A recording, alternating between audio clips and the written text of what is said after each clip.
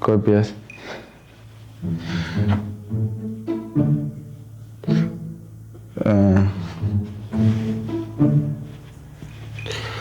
Kap. Cələyəm qabağa. Deyəsəm o nə olub?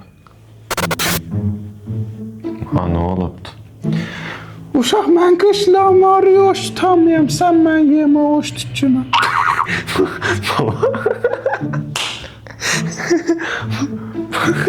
Dünən nə rəbti vaydı? Ya. Düz bir şey tamam. Dünən qışdan nə rəbti vay qayna?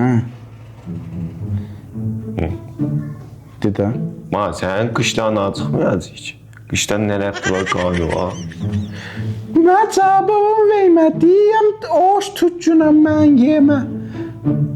Ma iş. Özüm biləm. Ma oğuştu ha iş değil. Özüm Tapşıyasan. biləm, uşaq demə. Eyvah istiramışdım. Suzumdan öldüm, niyazan vermiş.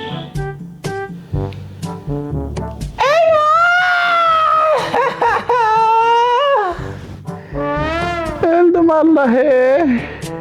Ma kışkırak sanma hele günüzdü. Gün vatanına dayzam verin. Uşaq sana deməmişəm cavabımı vermə. Oğuş sen ona.